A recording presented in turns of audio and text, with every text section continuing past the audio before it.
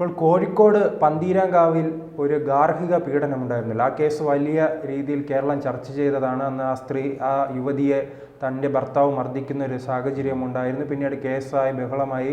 ആ കേസ് എടുത്തില്ല എന്ന് ചൂണ്ടിക്കാട്ടി ആ പോലീസിനെതിരെ അദ്ദേഹത്തിൻ്റെ പണി പോകുന്ന ഒരു സാഹചര്യം വരെ ഉണ്ടായിട്ടുണ്ട്. എന്താണ് പുതിയ വിവരങ്ങൾ എന്നാണ് അതിൻ്റെ ഈ പന്തീരാങ്കാവ് കേസ് എന്ന് പറഞ്ഞാൽ കേരള പോലീസിന് ഏറ്റവും തലവേദന പിടിച്ചൊരു കേസും കേരളത്തിലെ മാധ്യമങ്ങൾക്ക് അങ്ങേയറ്റം ആഘോഷിക്കാൻ ഉതകുന്ന ഒരു കേസുമാണ്.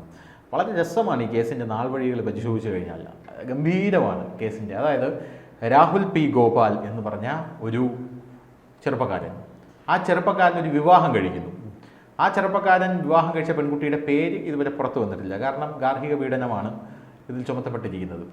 ആ പെൺകുട്ടിയാണെങ്കിൽ ഒരു സുപ്രഭാതമല്ല, വീട് കാണാൻ വന്നപ്പോൾ, അടുക്കള കാണാൻ ചടങ്ങ് അത് വന്നപ്പോൾ തന്നെ ആ പെൺകുട്ടിയാണെങ്കിൽ ഇറങ്ങി ഓടുന്നു. ആ പെൺകുട്ടിയുടെ ആരോപണം എന്ന് പറഞ്ഞാൽ ഇയാളൊരു സൈക്കോയാണ്. ആ പെൺകുട്ടി ആദ്യം ഉന്നയിച്ച ആരോപണങ്ങൾ ഞാൻ ശ്രീത്തിനോട് പറഞ്ഞു തരാം. രാഹുൽ എന്ന് പറഞ്ഞാൽ ഓവർ റൊമാൻറ്റിക് ആണ്.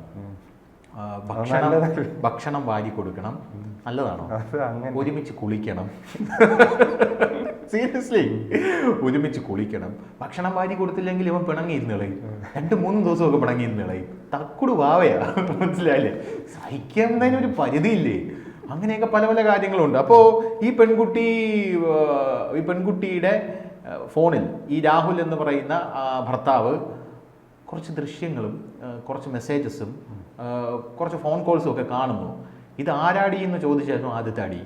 അത് പറഞ്ഞ് തീരുന്ന മുമ്പേ, ആരാണെന്ന് എക്സ്പ്ലെയിൻ ചെയ്യുന്ന മുമ്പേ രണ്ടാമത്തെ അടി വീണു. മൂന്നാമത് ആരാണെന്ന് പറയാനായിട്ടൊരു ശ്രമം നടത്തുന്നതിന് മുമ്പേ കുനിച്ചു നിർത്തി കൂമ്പിനിടിയായിരുന്നു. അങ്ങനെ ആ പെൺകുട്ടി അച്ഛൻ പുച്ഛം മർദ്ദിച്ചു എന്നാണ് ആ പെൺകുട്ടി പറയുന്നത്. ഇതാണ് തുടക്കം. പെൺകുട്ടി കൊണ്ട് പരാതി കൊടുത്തു. പരാതി എന്ന് പറഞ്ഞാൽ കൊലപാതക ശ്രമം, ഗാർഹിക പീഡനം, സ്ത്രീധന പീഡനം, ഇങ്ങനെയുള്ള പല പല വിവിധ തരം വെറൈറ്റി വകുപ്പുകൾ ചേർത്താണ് ഈ പെൺകുട്ടി കൊണ്ട് കേസ് കൊടുത്തത്. ആദ്യത്തെ പ്രതി രാഹുൽ പി ഗോപാൽ എന്ന് പറയുന്ന സ്വന്തം ഭർത്താവ്, രണ്ടാമത്തെ പ്രതി രാഹുലിൻ്റെ അമ്മ, മൂന്നാമത്തെ പ്രതി സഹോദരി, നാലാമത്തെ പ്രതി രാഹുലിൻ്റെ സുഹൃത്ത് രാജേഷ്, അഞ്ചാമത്തെ പ്രതി ഒരു സിവിൽ പോലീസ് ഓഫീസർ. ഇത്രയും പേരുണ്ടായിരുന്നു അതിനകത്ത്. അങ്ങനെ വെറൈറ്റി ആയിട്ടുള്ളൊരു സ്ട്രോങ് ആയിട്ടുള്ളൊരു ഗാർഹിക പീഡന കേസ്. ആ ഗാർഹിക പീഡന കേസ് കൊടുത്തു കഴിഞ്ഞ് അതിൽ ഉന്നയിച്ചിരിക്കുന്ന എന്താണ് സംഭവങ്ങൾ നമുക്കൊന്ന് നോക്കാം. ഈ പീഡന കേസിൽ ഈ പരാതിക്കാരി പറയുന്നത് രാഹുൽ കഴുത്തിൽ വയറ് മുറുക്കി കൊല്ലാൻ ശ്രമിച്ചു, 1, ക്രൂരമായി മർദ്ദിച്ചു, 2, അടുക്കള കാണൽ ചടങ്ങിന് പോയ സമയത്ത് മർദ്ദനമേറ്റ വിവരം അറിഞ്ഞതിനെ തുടർന്ന് പോലീസിനെ സമീപിച്ചു. ഇത് മാധ്യമങ്ങളോട് പറഞ്ഞു. സംഭവം നടന്ന് 1 മാസം തികയും മുമ്പേ പരാതിക്കാരി താൻ നേരത്തെ ഉന്നയിച്ച കേസിൽ നിന്ന് പിന്മാറുകയും ചെയ്തു. അവരൊരു വീഡിയോ ഇട്ടിരുന്നു. അതെ, ഞാൻ പറയാം. അങ്ങനെ ഈ കേസ് ഇങ്ങനെ ഗാർഹിക പീഡന കേസ് അറിയാലോ. സ്വാഭാവികമായിട്ടും നമ്മളൊരു വിവാഹം കഴിച്ചു കഴിഞ്ഞാൽ, ഈ വിവാഹം കഴിച്ച സ്ത്രീയെ നമ്മൾ മർദ്ദിച്ചു കഴിഞ്ഞാൽ, അവരൊരു ഗാർഹിക പീഡനം കൊണ്ടു കൊടുത്തു കഴിഞ്ഞാൽ ജയിലിടിഞ്ഞാൽ പിന്നെ വെളിവില്ല. ആ രീതിയിൽ കുടുംബം അകത്ത് പോകുന്ന കാഴ്ച, അതായത് പുരുഷൻ്റെ കുടുംബം അകത്ത് പോകുന്ന കാഴ്ച നമുക്ക് കാണാനായിട്ട് സാധിക്കുന്നു. അങ്ങനെ ഒരു സാഹചര്യത്തിൽ കിട്ടിക്കഴിഞ്ഞാൽ പോലീസ് പെരുമാറും, അറഞ്ചം പെരുമാറും, ഇടിച്ച് അരിയെടുക്കും പോലീസ് എന്ന് നമുക്ക് പറയാം. അങ്ങനെയുള്ളൊരു സാഹചര്യത്തിൽ ഇവൻ എന്ത് ചെയ്തു? ഇവൻ കിട്ടിയ വണ്ടിക്ക് ഏതോ വിദേശ രാജ്യത്തേക്ക്, ജർമ്മനിയിലാണെന്ന് എനിക്ക് തോന്നുന്നു. ഞാനത് ജർമ്മനിയിൽ പറഞ്ഞതുകൊണ്ട് എൻ്റെ മനസ്സിലും ഉണ്ടായിരുന്നു, പക്ഷേ എനിക്ക് കൺഫേം അല്ല, മറന്നുപോയി. ഒരുപാട് നാളായില്ലേ ഇത്. കഴിഞ്ഞ സെപ്റ്റംബറിൽ വന്നൊരു കേസാണ്. സെപ്റ്റംബർ മാസം വന്നൊരു കേസാണ്. കാരണം ഓഗസ്റ്റ് 14 ഈ രാഹുലിനെ കോടതിയിൽ ഹാജരാവണം, മര്യാദയ്ക്ക് വന്നോളൂ എന്ന് പറഞ്ഞ് കോടതി അന്തിമതാക്കിയത് കൊടുത്തു. ആ ഓർമ്മ വെച്ചാൽ ഞാൻ പറയുന്നത്. അപ്പോൾ ജർമ്മനിയിലോട്ട് കടന്നു. അങ്ങനെ ജർമ്മനിയുടെ തെരുവ് വീതികളിൽ ബർഗർ പോലും തിന്നാനില്ലാതെ നിക്കറും ഇട്ടുകൊണ്ട് ഇയാൾ അലഞ്ഞ് തിരിഞ്ഞ് നടന്നു. എനിക്ക് അവളെ ഇഷ്ടമാണ്, അവളില്ലാതെ എനിക്ക് ജീവിക്കാൻ പറ്റില്ല എന്ന്. അന്ന് രാഹുൽ ലൈവിലേക്ക് വരുന്നു എന്ന് പറഞ്ഞപ്പോൾ കേരളക്കരയാകെ ഒന്നാകെ ഇളകി. അവൻ ലൈവിലേക്ക് വരുന്നു എന്ന് പറഞ്ഞു. അങ്ങനെ കേരളക്കര അവൻ്റെ ലൈവ് കണ്ടു. ആ ലൈവ് കണ്ടപ്പോഴാണ് അവന് പറയാനുള്ള കാര്യം കേരളക്കര കേട്ടത്. ഇവളുടെ ഫോണിൽ പല പല ആൾക്കാരുടെ, ചെറുപ്പക്കാരുടെ കോളുകളുണ്ടായിരുന്നു, മെസ്സേജസ് ഉണ്ടായിരുന്നു. എന്തോന്നിത്, നിങ്ങളാണെങ്കിൽ സമ്മതിക്കുമോ എന്നുള്ള രീതിയിൽ. നിങ്ങളാണെങ്കിൽ സമ്മതിക്കില്ല. ആ ഒരു സാഹചര്യത്തിൽ ചെറുതായിട്ടൊന്ന് തല്ലിപ്പോയി, മനസ്സിലായില്ലേ? ഞാൻ ഒരു പുരുഷനാണല്ലോ. സംഭവം എന്ന് പറഞ്ഞാൽ സൗന്ദര്യ പടക്കമാണ്. ഇത് വീട്ടുകാർ ഇടപെട്ട് ചളവാക്കിയതാണ്. ഇപ്പം ഞാൻ ഇതിൻ്റെ കൂട്ടത്തിലൊരു കാര്യമെങ്കിലും പറയാം. നമ്മൾ വിവാഹം കഴിക്കുമ്പോൾ ശ്രദ്ധിക്കേണ്ട പ്രധാനപ്പെട്ട ഒരു കാര്യം എന്ന് പറയുന്നത്, നമുക്കിടയിൽ എന്തെങ്കിലും പിണക്കം, അതായത് ഭാര്യയ്ക്കും ഭർത്താക്കന്മാർക്കിടയിൽ എന്തെങ്കിലും പിണക്കങ്ങളുണ്ടെങ്കിൽ നാട്ടുകാർ തെണ്ടികളെയും വീട്ടുകാർ തെണ്ടികളെയും മാക്സിമം ഇടപെടിക്കാതിരിക്കുക എന്നുള്ളതാണ്. കാരണം അവരിടപെട്ട് കഴിഞ്ഞാൽ അതിൻ്റെ കളർ മാറും. നമുക്കിത് 1ഉം 2ഉം പറഞ്ഞ് തീർക്കാമെന്നുള്ള പ്രശ്നമേ കാണത്തുള്ളൂ. പക്ഷേ വീട്ടുകാർ ഇടപെട്ട് കഴിഞ്ഞാൽ, ഇപ്പോൾ മരുമകൾ അമ്മ, സ്വന്തം മകനെ പോലെ എന്തായാലും അമ്മയ്ക്ക് മരുമകൾ വരില്ല, സ്വന്തം മകളെ പോലെയും വരില്ല, ഇല്ലേ? മരുമകൻ അമ്മായി അമ്മ, സ്വന്തം മകനെ പോലെ ഒരിക്കലും മരുമകനെ അമ്മായിയമ്മയ്ക്ക് കാണാൻ പറ്റില്ല. എന്തെങ്കിലും ഒരു വിഷയം ഉണ്ടായി കഴിഞ്ഞാൽ ഉടനെ അടിച്ച് പിടിച്ച് 7 കുളിമുറിയും 3 അടുക്കളയാക്കിയിട്ട് അവർ കയ്യിൽ തരും. അതുകൊണ്ട് ദേവി ഇത് അവരെ അറിയിക്കാതിരിക്കുക. അവരെ അറിയിച്ചു കഴിഞ്ഞാൽ ഇതുപോലെ മാധ്യമങ്ങൾക്ക് നമുക്കൊക്കെ ഇരുന്ന് പറയാനും ആഘോഷിക്കാനും ഉള്ള ഒരു വാർത്തയാവും. അപ്പോൾ അങ്ങനെയാണ് കാര്യം. അങ്ങനെ ഇയാൾ പറയുകയാണ്, അങ്ങനെ കണ്ടു, ഇങ്ങനെ കണ്ടു, ഭയങ്കര റൊമാൻറ്റിക്കാണ്, അങ്ങനെയാണ് ഇങ്ങനെയാണ്. അതിൻ്റെ ഇടയിൽ ഈ യുവതി വേറൊരു പരാതി കൂടെ ഉന്നയിച്ചിട്ടുണ്ടായിരുന്നു, ഇവൻ്റെ 2ാമത്തെ വിവാഹമാണ്. അപ്പോൾ ഉടനെ ആ യുവാവ് പറഞ്ഞു, ഞാനത് മറച്ചു വെച്ചിട്ടില്ല, ഞാൻ ആദ്യത്തെ വിവാഹം ഒരു ലിവിങ് ടുഗദർ ആയിരുന്നു, അത് വിവാഹം പോലും അല്ലായിരുന്നു, അത് മറച്ചു വയ്ക്കാതെയാണ് 2ാമത്തെ വിവാഹം. യോ ഹാഷ് ബുഷ് ഫാമിലിയാണ്. അവസാനം എന്തായി, ഇങ്ങനെ വലിയ വാദപ്രതിവാദങ്ങൾ നടന്നുകൊണ്ടിരിക്കുന്ന ആ ഒരു സാഹചര്യത്തിലാണ് അത് സംഭവിക്കുന്നത്. എന്താണതെന്നല്ലേ, ഈ പരാതിക്കാരി താൻ ഉന്നയിച്ച പരാതിയിൽ നിന്ന് പിന്മാറി. കേരള പോലീസ് അവനെ പൂട്ടാനായിട്ട് സ്ട്രോങ് ആയിട്ട് മണിച്ചിത്രത്താഴൊക്കെ പൂട്ടൊക്കെ ഉണ്ടായിക്കൊണ്ട് വരായിരുന്നു. അപ്പോൾ ഈ പരാതിയിൽ നിന്ന് പിന്മാറി. എന്നിട്ട് ഈ പരാതിക്കാരി പറയുന്നത് നേരത്തെ പറഞ്ഞത് എല്ലാം കള്ളമായിരുന്നു, ഇറ്റ്സ് എ പ്രാങ്ക്. പക്ഷേ ഇത് പെട്ടത് പോലീസാണ്. ആദ്യം പരാതി എടുത്തില്ലെന്ന് പറഞ്ഞുകൊണ്ട് മാധ്യമങ്ങൾ ആദ്യം ചാടി വീണ് പോലീസ് വിട്ടു. മാധ്യമങ്ങൾക്ക് എന്താണ് മാധ്യമങ്ങൾ ഇന്ന് പറഞ്ഞ വാർത്ത നാളെ തിരുത്തി പറയാൻ ഒരു മടിയുമില്ല, ഇല്ലേ? ഇന്നൊരു വാർത്ത കൊടുത്തു, കാരണം മാധ്യമങ്ങളുടെ ജോലി എങ്ങനെയാണ്. കാരണം ഇപ്പം നമ്മൾ കൊടുക്കുന്നത് ഇപ്പോഴത്തെ അപ്ഡേറ്റ് ആണ്. നാളെ അത് മാറിക്കഴിഞ്ഞാൽ വാർത്തയാണല്ലോ. ഇപ്പം ഇന്ന് ഒരാൾ കൊല്ലപ്പെട്ടു എന്ന് പറഞ്ഞ് വാർത്ത കൊടുക്കുന്നു, അത് നമുക്ക് കിട്ടിയ വിവരത്തിൽ എല്ലാവരും കൊടുക്കുന്നു. പോലീസ് പറഞ്ഞു കൊല്ലപ്പെട്ടു എന്ന് പറഞ്ഞു, നാളെ പോലീസ് തിരിച്ചു പറയും കൊല്ലപ്പെട്ടിട്ടില്ല. അപ്പം നമ്മൾ പറയും ഇല്ല കൊല്ലപ്പെട്ടിട്ടില്ല. അതുകൊണ്ട് ഏത് ഭാഗം നോക്കിയാലും നമ്മളെ ബിസിനസ് സേഫാണ്. പക്ഷെ പോലീസ് അങ്ങനെയല്ല. കോടതി ചോദിക്കും, എന്തോന്നടാ ഈ കാണിച്ചു വെച്ചിരിക്കുന്നത് ചോദിക്കും. ഈ യുവതിക്ക് അയാൾക്കെതിരെ കത്രിക പൂട്ടും എല്ലാം ഇട്ട് പൂട്ടിക്കഴിഞ്ഞ ശേഷം ഈ യുവതി വന്ന് പറയുകയാണ്, ഇതൊക്കെ കള്ളമായിരുന്നു sir, it's a prank, just kidding എന്ന് പറഞ്ഞു. സംഭവം എന്ന് പറഞ്ഞാൽ നുണ പറയേണ്ടി വന്നു എല്ലാവരോടും എന്ന് യുവതി പറഞ്ഞു. സ്ത്രീധനത്തിൻ്റെ പേരിലാണ് ഇയാൾ മർദ്ദിച്ചതെന്ന് അടക്കം പറഞ്ഞത് കള്ളത്തരമായിരുന്നു. ഇത് ഞാൻ പറഞ്ഞത് വീട്ടുകാരുടെ ആവശ്യപ്രകാരമായിരുന്നു.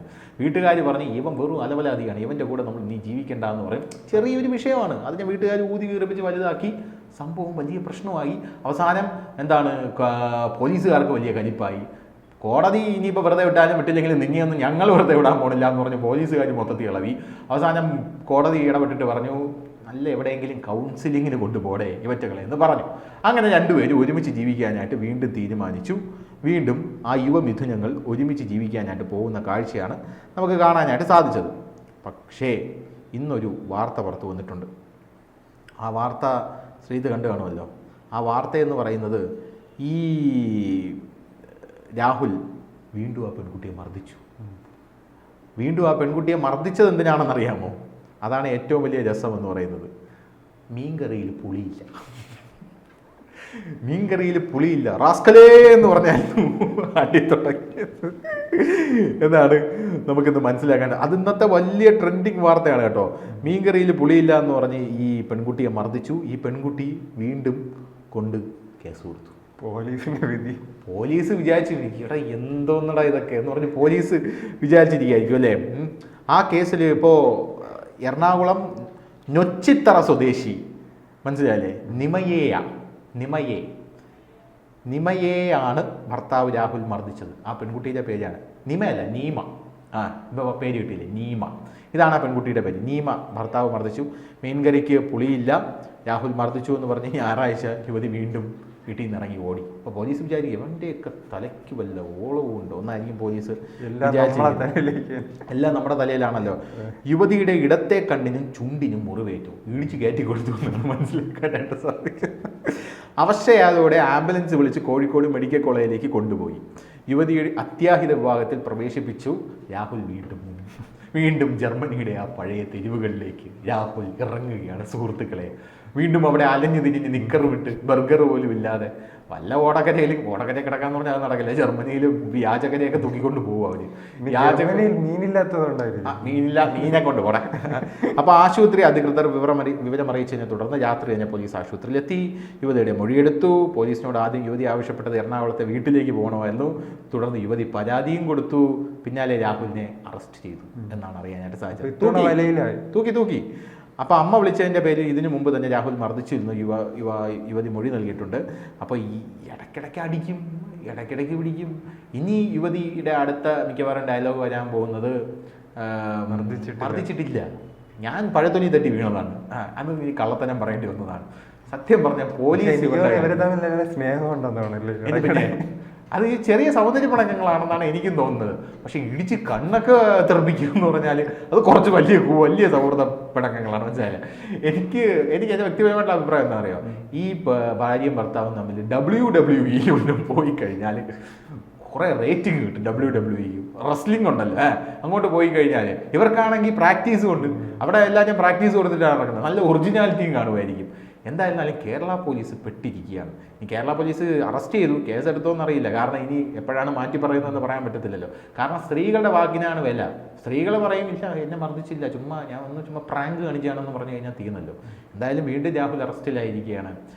നീമ രാഹുലിനെ രക്ഷിക്കുമോ ഇല്ലയോ നമുക്ക് കണ്ടു തന്നെ അറിയാം. ചില സീരിയലിലൊക്കെ പറയില്ലേ അടുത്ത എപ്പിസോഡിൽ നീമ രാഹുലിനെ രക്ഷിക്കുമോ, ഉദ്വേഗഭരിതമായ നിമിഷങ്ങൾക്കായി കാത്തിരിക്കുക എന്ന് പറയുന്നത് പോലെ. നമുക്ക് നിർത്താം.